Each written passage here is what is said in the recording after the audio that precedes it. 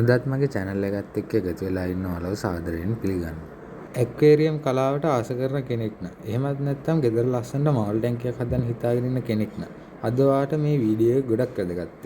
මොකද අද අපි කතා කරන්න යන්නේ ඇක්වේරියම් ලෝකේ ඉන්න සෙල්ලක්කාරම් වගේම දඟකාරම් මාළු జాතියක් වෙන ඔස්කා මාළු ගැන. ගොඩක් අය මුලින්ම මාළු හදන්න පටන් ගද්දිම ගන්න පෙළඹෙන. එහෙමත් නැත්නම් හැමෝම ආදරය කරන මේ ඔස්කා මාළුන්ගේ තියෙන විශේෂත්වය. උන්න හරියට බලා ගන්න ඕනේ. අපි අද ඒ ගැන විස්තර ටිකක් කතා කරමු. මුලින්ම අපි කතා කරමු ඔස්කා මාළුන්ගේ තියෙන ස්වභාවය සහ බුද්ධිමත්කම ගැන.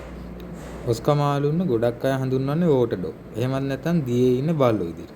ඒකට ප්‍රධානම හේතුව තමයි උන්ගේ තියෙන අධික බුද්ධිමට්ටම සහ අයිතිකරු හඳුනා ගැනීම විශේෂ හැකියාව.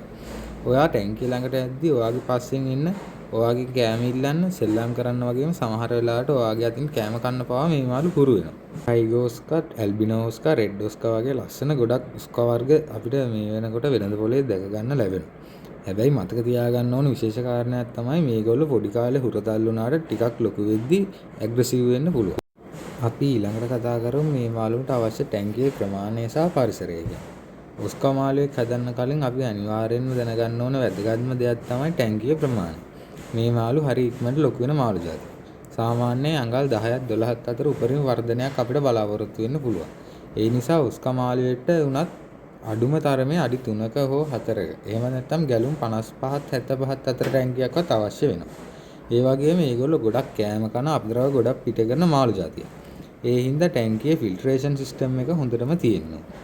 සතියකට සැරයක් 120ක් 30ක් අතර ප්‍රමාණයක් වතුර මාරු කරන එක ඒගොල්ලොන්ගේ සෞඛ්‍යයට ගොඩක් හොඳයි. අපි බලමු එහෙනම් ඒගොල්ලොන්ගේ ආහාර සහ පෝෂණය ගැන. කෑම වර්ග ගැන කතා කරනවා නම් ඒගොල්ලෝ සර්වභක්ෂක මාළු වර්ගයක්.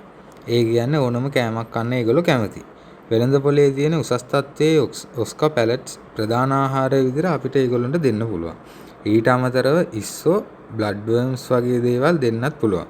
හැබැයි මෙයාලට ඕනෑවට වඩා කෑම දාන්න හොඳ නෑ. මොකද වතුර අපිරිසිදු වෙලා මාළු ලෙඩ වෙන්න ප්‍රධාන හේතුවක් වෙනවා.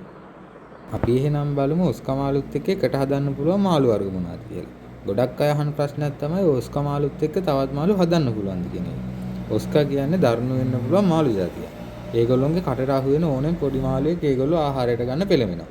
ඒ නිසා ගප්පි, ගෝල්ෆිෂ් වගේ මාළු එයාලත් එක්ක දාන්න හිතන්නවත් හොඳ නෑ. ඔස්කලත් එක්ක හදනවා නම් ඒගොල්ලොන්ගේ ප්‍රමාණයෙම ඉන්න එනත් සික්ලිට් වර්ග, සිල්වර් ඩොලර්ස්, එහෙම නැත්නම් විශාල ප්‍රමාණයේ ප්ලෙකෝ වගේ මාළු විතරක් දාන්න අපි වග බලා ගන්න ඕන. ඉතින් ඔයාලත් එක්ක Tamanගේ පස්සෙන් එන කතා කරනා වගේ තේරෙන බුද්ධිමත් වගේම ලස්සන මාළුවෙක් හදන්න ආසයි නම් ඔස්කා කියන්නේ නියම තේරීමක්. හැබැයි ඒගොල්ලන්ට ලොකු ඉඩක් සහ හොඳ නඩත්තුවක් අවශ්‍යයි කියන එක අමතක කරන්න එපා. අද වීඩියෝ එක ඔයාලට ප්‍රයෝජනවත් වුණා කියලා හිතනවා නම් ඔයාලගේ අදහස් පල්ලෙන් කමෙන්ට් කරන්න. මේ වගේ තවත් වීඩියෝ බලන්න channel එක subscribe කරන්න අමතක කරන්නත් එපා.